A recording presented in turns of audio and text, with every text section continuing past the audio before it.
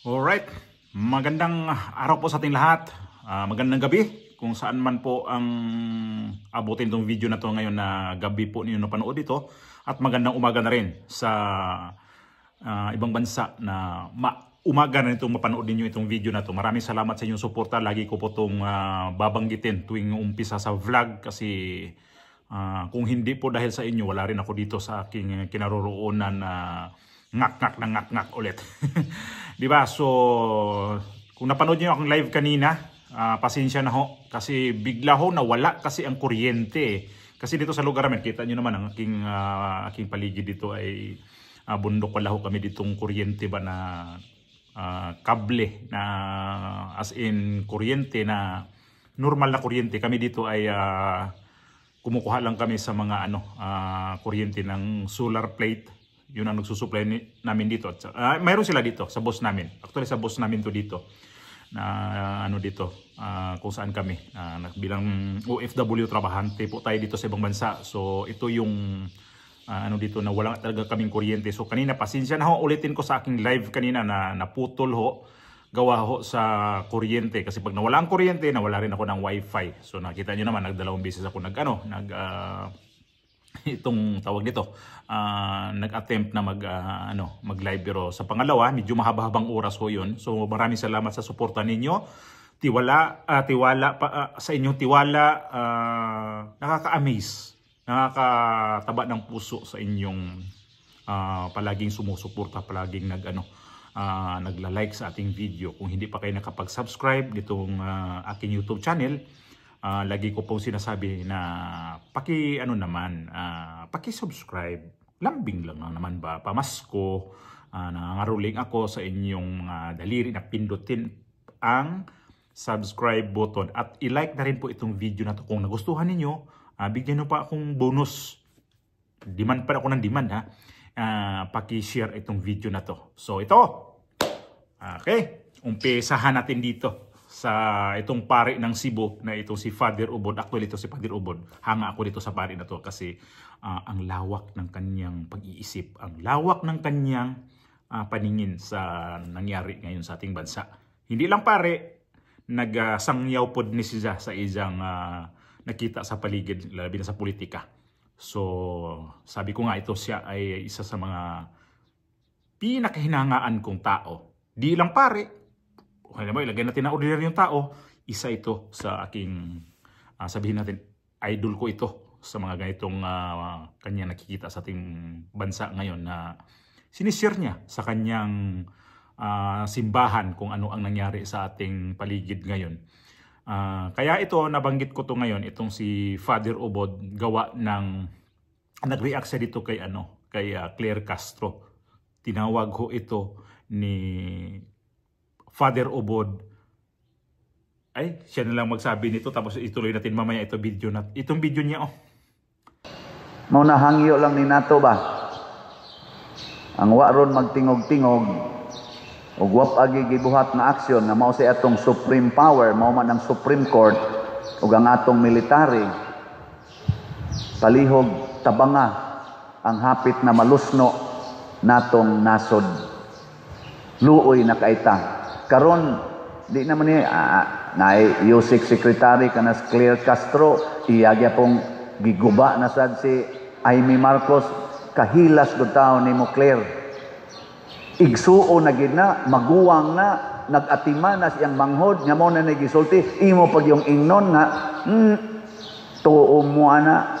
O di ba siya muna ang ipaparinig ko sa inyo bago ako mag-react sa kanyang sinabi.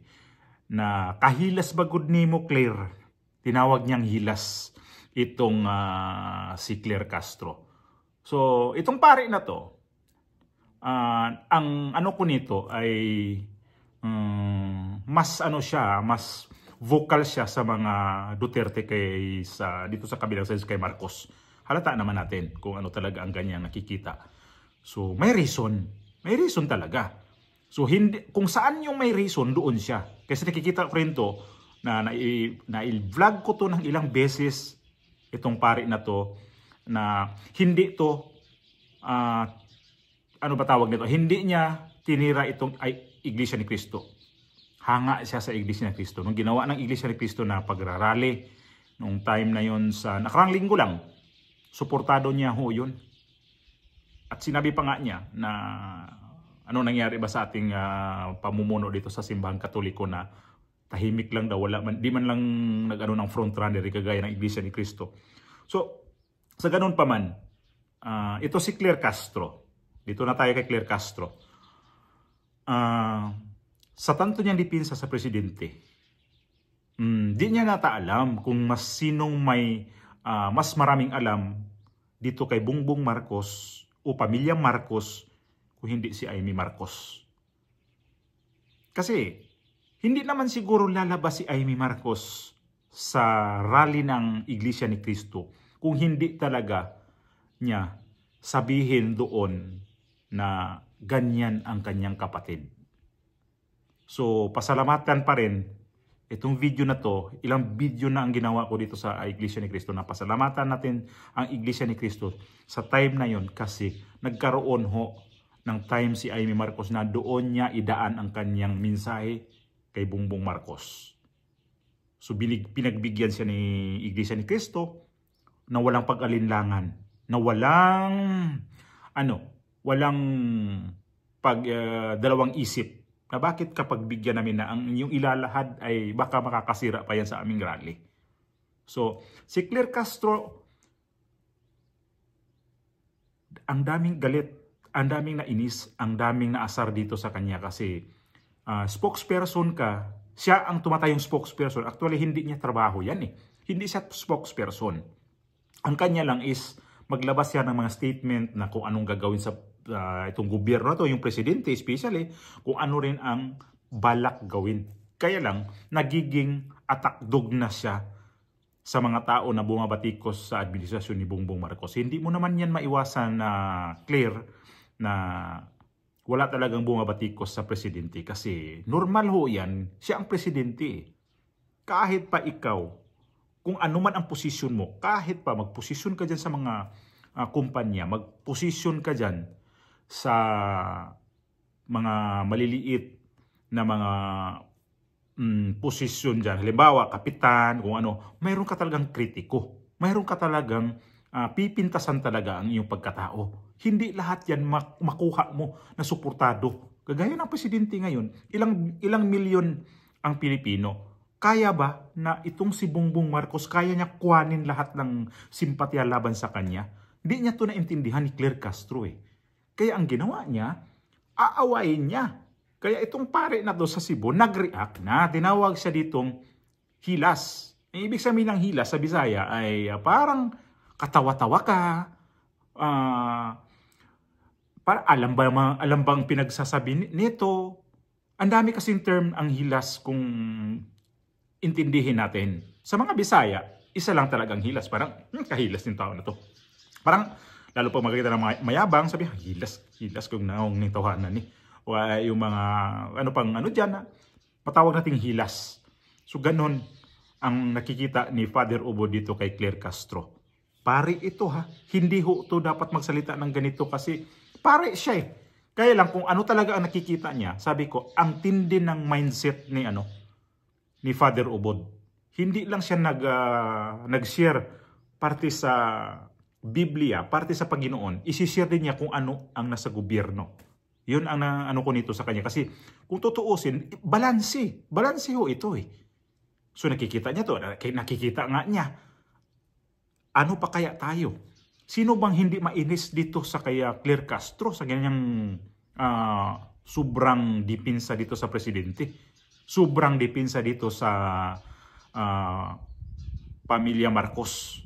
Na ito si Amy Marcos, kung tutuusin, sila ni Bongbong Marcos, maliit pa lang magkasama na sa isang bahay. Sila ang mas kilala na magkapatid kasi silang kapatid eh. Halimbawa, ikaw ba may kapatid? Di mo kilala yung kapatid mo kung ano ba talaga noon yan? So sasabihin to ngayon na si Amy Marcos ay pumapabor pa sa mga Duterte. Duterte kaagad kasi ang inyong ang inyong gagantihan agad. Kulong na nga eh. Si VP Sara, impeach na nga sa House of Representatives yan eh. Pagdating sa Senate, ito pa rin ang mga tao ngayon. Yung mga tao na yan ngayon na 125 million ang ginastos ni VP Sara na sa loob lang ng ilang araw. Hello, tingnan nyo nga naman tong yung billion ngayon. Kailan yun na sino ba yung nag nito na itong DPWH ba yun? Na gumagastos ng 1 billion a day.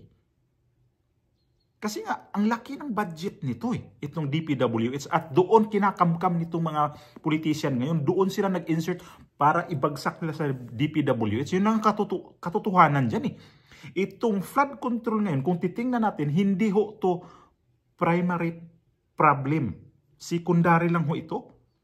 Kasi ang problema talaga dito, yung insertion nung nakaraang 2025 budget. Doon ho ito nagsimula. Kasi itong mga insertion nila, kunyari, ipasok nila sa flood control.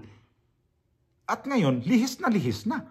Itong mga supporter ni Bongbong Marcos, lihis na kayo Doon tayo sa insertion.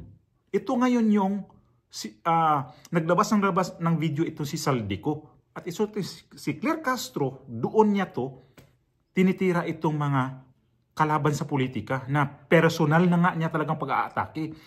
Imagine, makikita naman natin, Amy Marcos nga, kapatid ni Bongbong. Tinitira niya yan. Grabe naman to siya. Personal yun yung sinabi ni Amy Marcos patungkol ho dito sa kanyang kapatid na si Bongbong Marcos. Personal na bagay ho yun. Spokesperson ka, dapat kung tanungin ka, sabihin mo, ay, personal na bagay ho yun. Pwede siguro sila na lang ang sasagot noon kasi sobrang personal ho yun ang ginawa ni Amy Marcos kasi sila, Marcos lang personal na bagay na ho yung sinasabi ni Amy Marcos kaya sila dapat ang inyong tanungin o kaya ang inyong titingnan kung ano ba talaga. Hindi naman siguro yung sabihin, nilaglag na ni Claire Castro itong mga Marcos. Hindi yun kasi wala naman siya talagang pinakaugat nun. Hindi niya alam kung ano ba talaga ang mga Marcos sa loob mismo ng kanilang pamamahay. Nandyan ka lang sa trabaho na yan. Ikaw lang yung taga-salo, ikaw lang yung taga-buga. Yan lang trabaho mo dyan Pero sa pinaka niyan na tawag dito, pinaka main talaga na karakter ng mga Marcos, hindi mo alam yan. Kung titingnan nga lang natin itong mga Marcos, ang dami-daming kaso Hindi ba siya tinitingnan yan? Ang mga record nito mga Marcos, masaklap nga talaga kung i-compare natin sa mga Duterte. Ano bang mga ng mga Duterte? Nagmarsyalo ba si Duterte sa buong Pilipinas noon? Na ilang taon? Mayroong ni-implement si Pangulong Duterte na marsyalo. Saan yun? Sa Marawi. Sa Mindanao. Nakapunta ako nung time na yun sa Mindanao na nag-declare ng marsyalo si Pangulong Duterte. Nung time na yun, nakapunta ako ng Mindanao. Ay mga checkpoint doon, na mga military, mga sundalo nandun. Nag-checkpoint yan sa mga, kasi galing kami ng airport, papunta ho kami ng Davao del Norte. Checkpoint yan. Pero ang magulo, wala ka makitang gulo. I-control lang yung time na yun kung ang Mindanao. Para yung time na yun, para tumahimik ho yung doon sa Marawi. So, record ko pag-usapan natin, nako, ano kaya ang mga record ng mga Marcos? I-compare nga natin sa mga Duterte. Ano bang record sa Davao ngayon sa mga Duterte? Ang ganda, di ba? So itong pare na to, kahit hindi pare, kahit ordinaryong tao, kahit grade 1, pag makita itong si Claire Castro, mabuisit ka talaga sa kanyang sobrang defensive dito sa kanyang presidente. Wala namang maagaw sa presidente. Sayong-sayo yan. Wala. Sa akin, ayaw ko yung presidente na yan. Hindi ko yan presidente, sa totoo lang Balikan ko na naman, hindi ko presidente yan. Sayo yan, clear.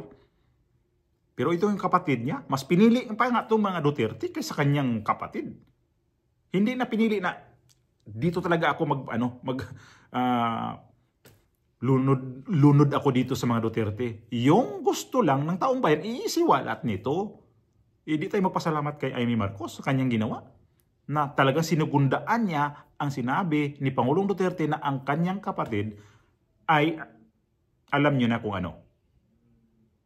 Kasi itong video na to, sa totoo lang, nag-attempt na ako nito na patungkol dito kay Claire Castro. Kaya lang may mga video akong ina-attach pang iba. Hindi ako, na-restrict. So na-upload, kaya lang may restrict. So binura ko na lang. So sabi ko, baguhin ko na lang. So ito yung tema na to. Na itong si Claire Castro, sobrang galit na galit dito sa mga kumakampi sa mga Duterte. Di lang si Amy Marcos, basta lahat na yan. Lahat na yan, nagiging ano na siya doon eh. Parang negatibo na ho talaga ang tingin niya sa kapag sinabi Duterte. Nakita nyo naman ang kanyang mga inaatake sa kanyang vlog. Vlogger kasi to. Kaya yung trabaho niya sa pagbablog na pupunta dito sa kanyang sinasabi na isip spokesperson. Kaya to siya, ganun siya magsalita. Hindi na ba siya hindi na sa tingin ko dito sa kanya, hindi na siya formal na tao pag ganito nagsalita na. Nakakaano na siya nakakabuisit na rin sa mga tao nakikita sa kanya. Maasar ka sa kanya. Mapikon ka rin sa kanya. Abutan ka talaga ng inis sapagkat ito yung ginagawa niya ay sobrang pang-aatake. Ito na naman ngayon, bago lang. Sino namang inaatake niya? Si Saldico.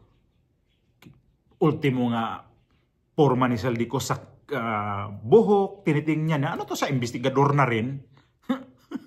Investigador na. Kasi nga, damay na ni Saldico itong si Lisa Marcos ngayon. Na mga parating na mga bigas ba yun? Ito na naman siya. Ang trabaho ngayon ni Claire Castro, hindi niya na alam kung sino sasalagin niya dito. Sasalagin niya ba si Bongbong Marcos?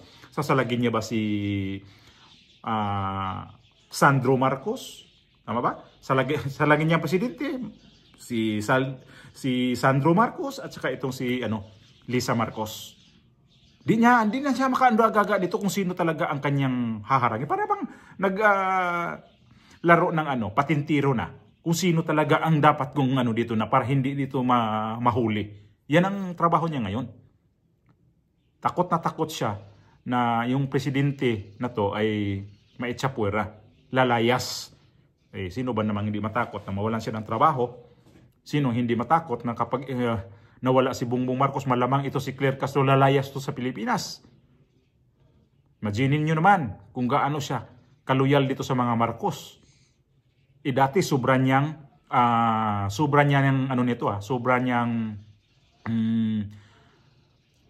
criticize dito kay Bongbong Marcos. Mayroong programa yan siya sa radio na grabe siya mag-criticize Sabihin niya mahina ang presidente. Sinabihan niya yan.